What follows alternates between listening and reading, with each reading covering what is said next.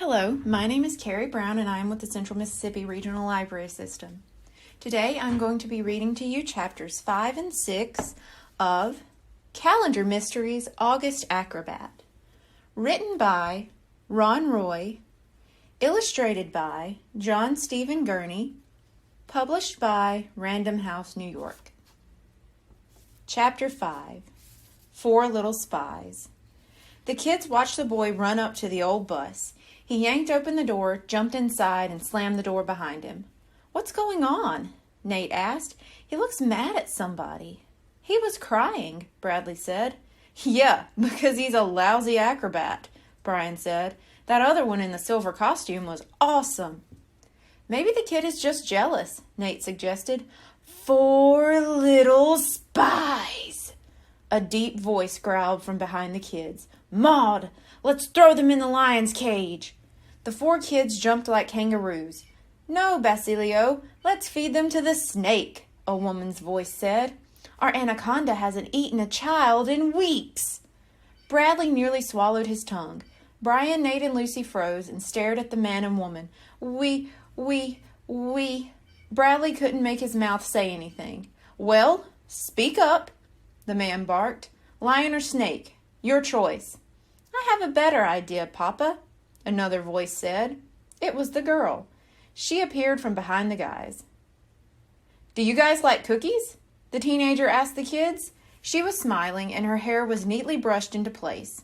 "We love cookies," Nate said, finally finding his voice. "Oh, heck, Maud," the man said to his wife. "I never get to have any fun." Then he grinned at the kids. "Just teasing," he said. "Since Hannah won't let me feed you to the wild animals, we might as well feed you some of Mama Maud's outstanding cookies.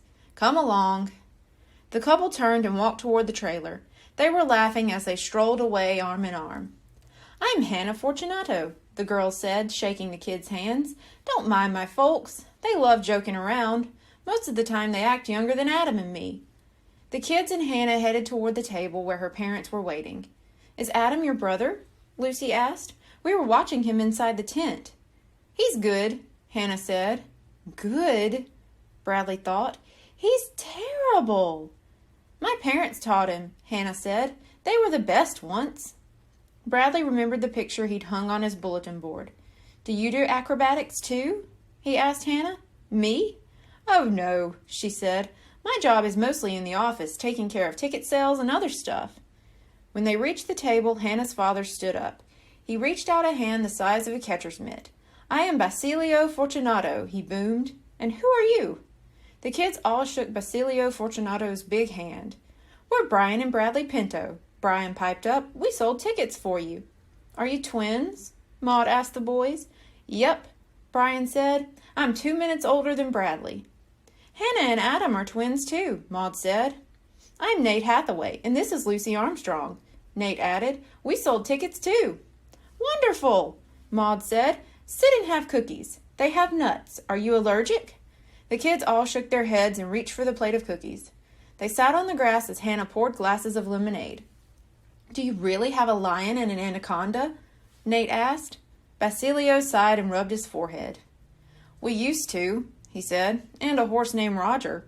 We had a real circus a few years ago, but now we have Adam, our son, who is the world's greatest acrobat," Maud interrupted.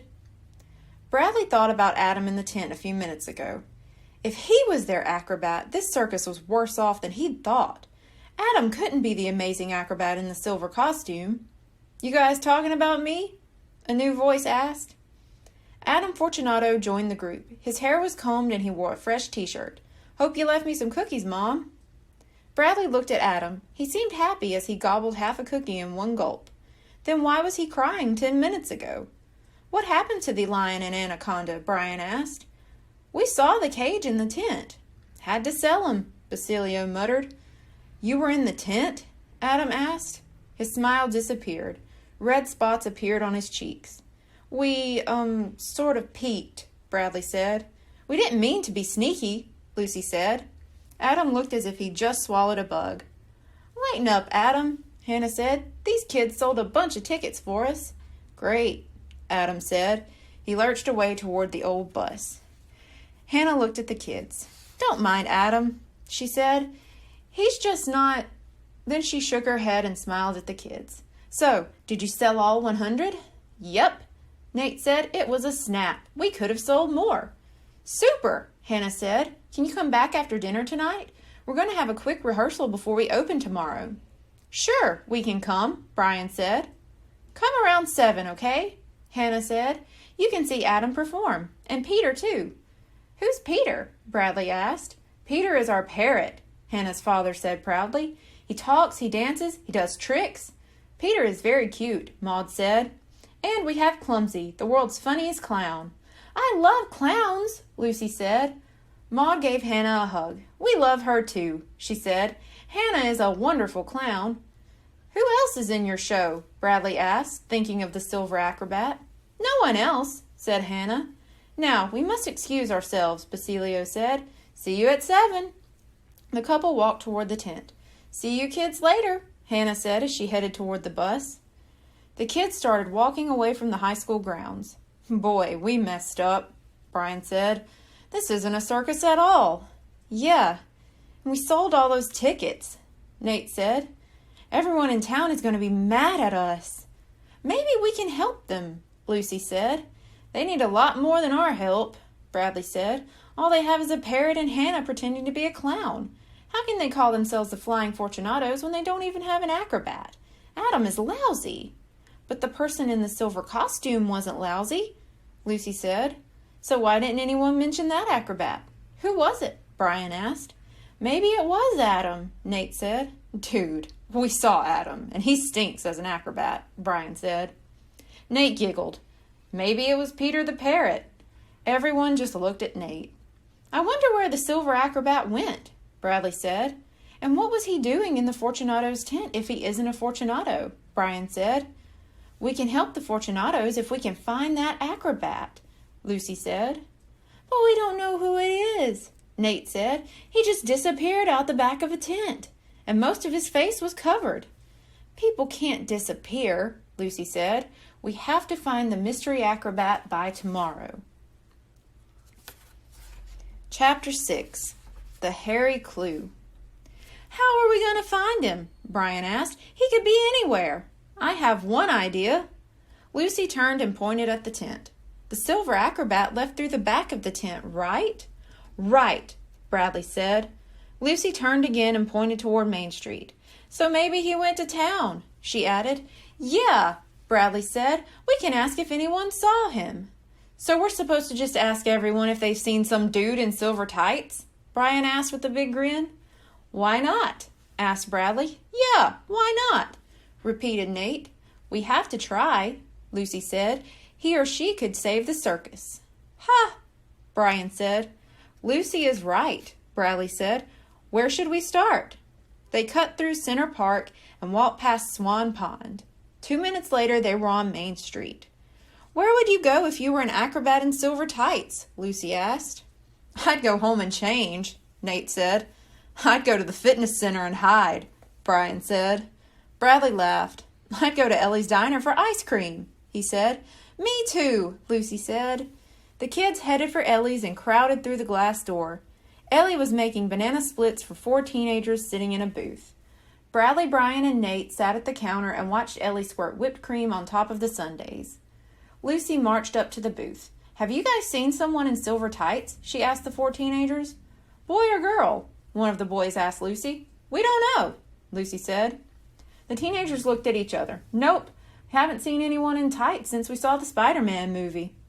Lucy joined the boys at the counter. "I haven't either," Ellie said. "Who is it?" "That's what we're trying to find out," Bradley said.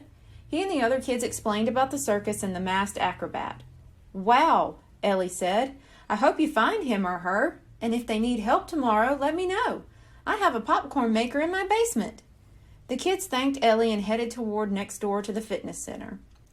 Bradley stopped at the desk. "Excuse me," he said to the man working there. "We're looking for someone in silver tights who might have come in a little while ago." "Did you look in the gym?" the man asked. "Lots of people wearing tights in there." He pointed to a large window. Inside the gym, the kids saw people lifting weights, doing stretches, and walking on treadmills. Some of them wore workout tights. A couple of the outfits were silver, but none looked like the costume the acrobat was wearing. The kids left the fitness center and walked down Main Street. They asked Mrs. Wong in the pet shop. They stopped in the bookstore. They questioned an attendant at the gas station. No one saw a silver acrobat, Bradley said in front of the bookstore. Maybe the acrobat turned himself invisible, Nate said. Brian poked Nate. Maybe I'll turn you invisible, he said. Bradley noticed Howard standing outside the window of his barber shop. Next to him was a sign that said, Special Sunday hours, 3 to 5. Let's go ask Howard, Bradley said. The other kids followed Bradley to the barber shop. Did you sell all your tickets? Howard asked. Yes, we did, Brian said. But we have a problem.